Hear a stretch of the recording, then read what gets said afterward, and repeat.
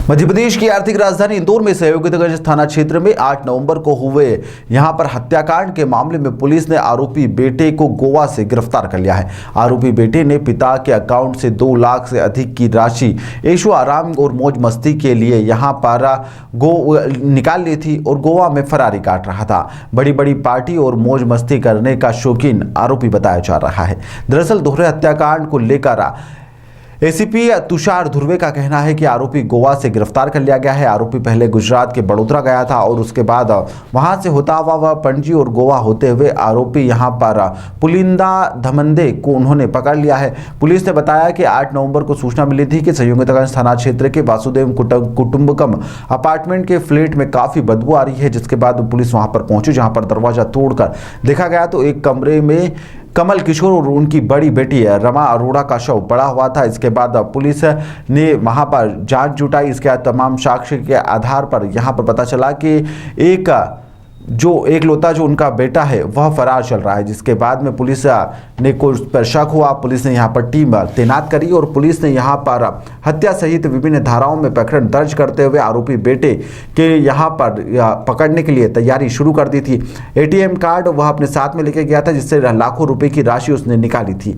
सबसे पहले वह रेलवे स्टेशन होता हुआ गुजरात के बड़ोदरा गया, जहां से पणजी और गोवा वहां पर चला गया। फिर वहां पर होटल बुक करने के बाद इसी क्रम में वह अन्य लग्जरी पार्टियों में हिस्सा लेने लगा था। लगातार एटीएम से वह रुपए निकाल रहा था। इसके बाद पुलिस ने एटीएम से रुपए निकालने की जांच करते हुए गोवा क्राइम ब्रांच से इस मामले में संपर्क करा, जहां पर फोटो पहुंचा दिया गया था, जहां से आरोपी के पुख्ता सबूत मिलने के बाद में यहां पर उसे गिरफ्तार कर लिया गया। अब गोवा पुलिस आरोपी को पकड़कर इंदौर लेकर आ रही है। पुलिंदा 1992 में अपने माता पिता के साथ में छोटी उम्र में वहां चला गया था, जहां पर गोवा उसे काफी अच्छा लगा था। इसी कारण से वह गोवा में सेटल होने की तैयारी कर रहा था, लेकिन पहले पुलिस ने उसे दबोच लिया और अब पिता के एटीएम से करीब उसने 2 लाख रुपए से अधिक की राशि से ऐशो आराम करते हुए अपनी जिंदगी गुजारने के लिए वह उसे खर्च कर रहा था और उससे पहले ही अब वह सलाखों के पीछे जा चुका है।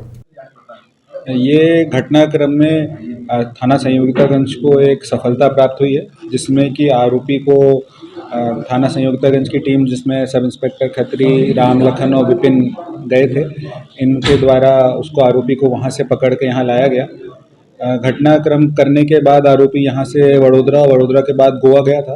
वो फिर गोवा में ही रहता था और अपने पिताजी का जो एटीएम है उससे पैसे निकालकर अपना जीवन यापन करता था। जैसे ही सूचना मिली उसके बाद टीम यहाँ से रवाना हुई और उन्होंने अपने सतत प्रयास से उसको वहाँ से राउंड अप किया। कितना रुपया खर्चा कर दिया था कुछ आपका पता है? लगभग उसने 2.25 लाख रुपए के लगभग वहाँ से निकाला और वो पिछले 12 दिनों में उसने खर्च कर दिया। यहाँ से हत्या करने का गोवा क्यों गया था, कुछ कारण बताया?